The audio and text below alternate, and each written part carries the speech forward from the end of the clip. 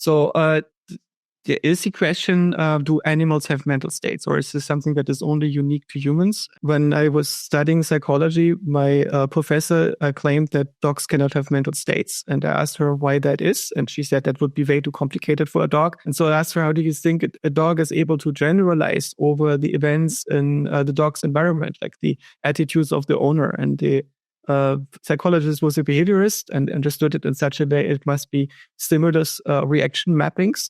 And so I said, what do you mean? A giant lookup table? As a computer scientist, I think that's way too difficult. You cannot get the dog to generalize in this way because it would require way too much memory and way too much data because it doesn't generalize very well. And if you basically introduce hidden states, then you automatically, something like a theory of mind falls out. And a dog with mental states is simply much easier to implement than a dog without mental states. And this is one of the differences between the functionalist perspective and one that is just looking at things in a descriptive way. Because, well, if you look at these cats, for instance,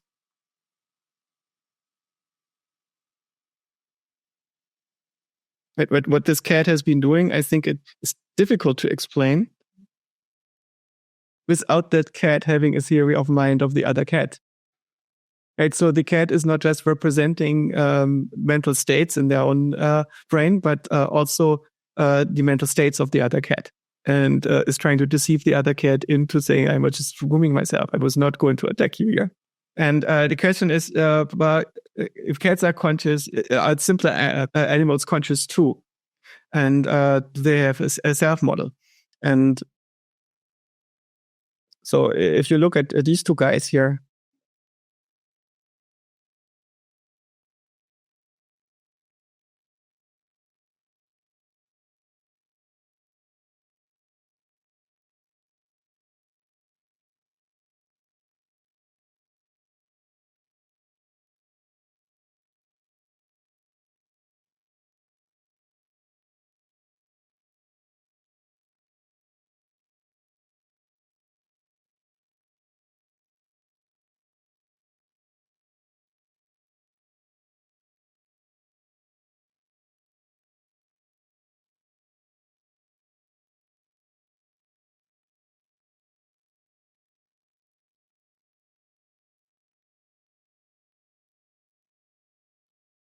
so who knows what's going on in the minds of these frogs and the software that runs the behavior of the frog.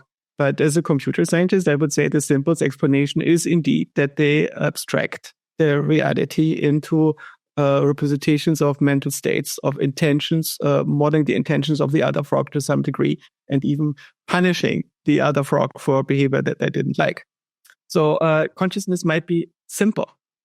It might be more basic than perception and reasoning, and we are all conscious because it's the simplest solution to get a self-organizing system to learn. So in this way, consciousness might be discovered independently in every brain, and we should be able to search for consciousness using GPUs. The simple consciousness hypothesis might, of course, be wrong. Maybe the consciousness is not a simple pattern, but it's a pattern that is as complex as, say, the cell.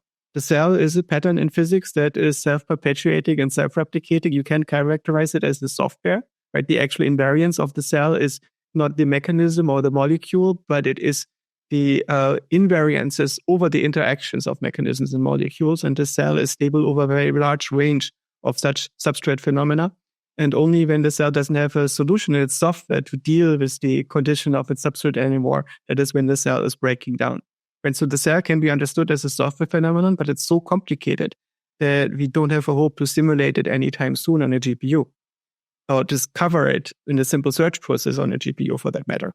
And so if consciousness would be an intrinsic aspect of the way in which cells organize, then the simple consciousness hypothesis might be wrong. But I'm optimistic. It could be that consciousness is simply some kind of strange loop, as Hofstadter says. Then if consciousness is so simple that we can discover it on GPUs, and you look at the universality hypothesis, that a system that is producing a certain behavior is basically a model is representing the same features as another model that produces that behavior,